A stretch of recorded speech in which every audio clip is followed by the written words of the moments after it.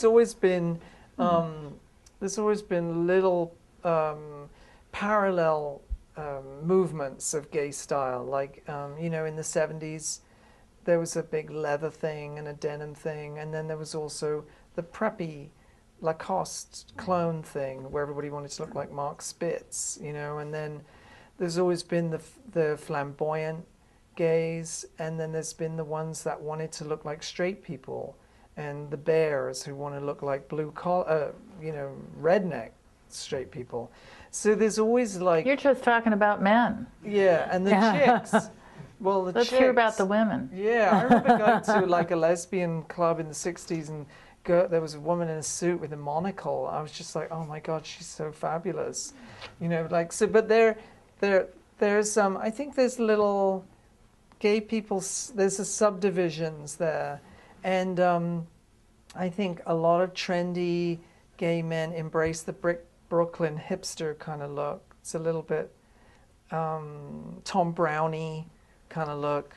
That's like a big gay thing right now. But then there's a lot of gay people that hate that, and they want to wear lumberjack shirts. And so there's always been little... And that can be male or female if you're in San Francisco. Hello. Yes. Totally.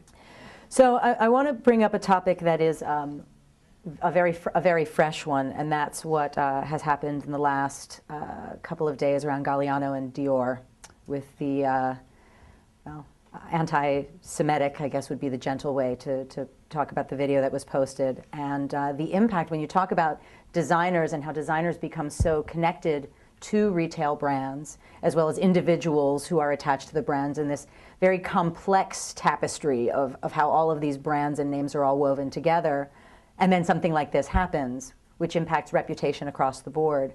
What kind of impact does something like this have on a large retailer that might carry a designer that has this sort of issue, or how does it then play forward for?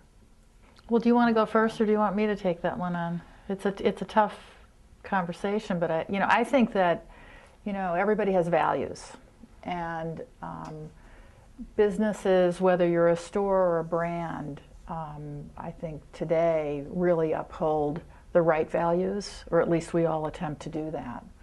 And it is, it's an example that has to be set for your employees and for your customers and for other brands that you carry within your store, right? And so this was a tough one. Yeah, I mean, it's when you have the top job at the top company like he had, and you're paid a lot of money and you have a lot of responsibility, you know, there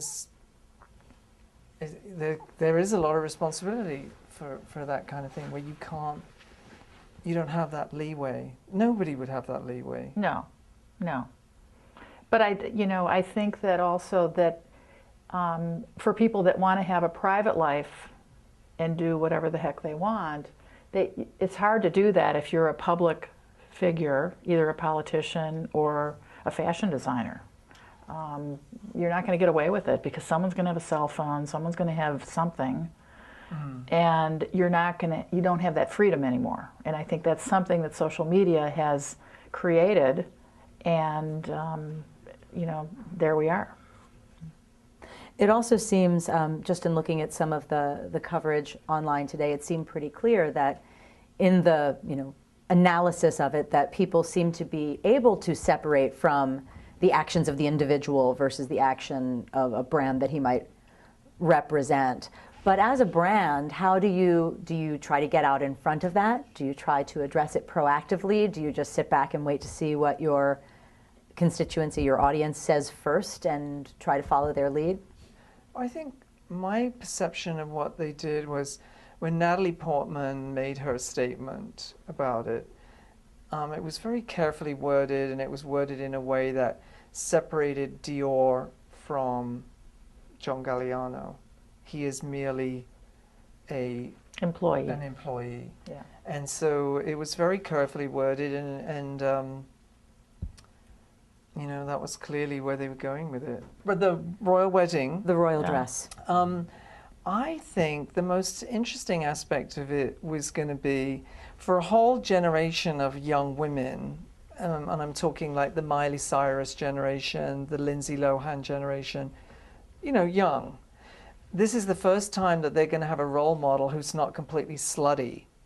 So it's the first time they're going to see some chick who's sort of demure, so who is kind of a role model to them. So that's interesting to me. Like there's the girls gone wild, hoochie, super slutty, spray tan, boob job thing.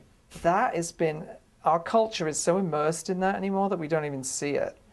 But that has been dominant for over 10 years, longer.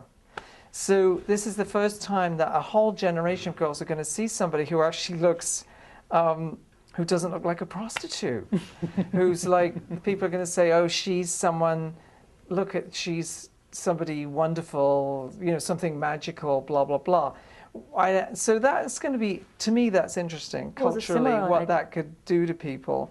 Because I was, again, along with being shocked at how people are so obsessed with anti-aging, I'm also shocked how slutty people got in the last few years. Oh my God, you know, unbelievable. the sexy Everyone's top had boob on the sexy tops on the contemporary floor is, you know, it's not a season. It's been going on for years. I would say a good 10 years. Yeah, good 10 years. Because think about it, like everyone, when I was a kid, everyone wanted to be Michelle Phillips.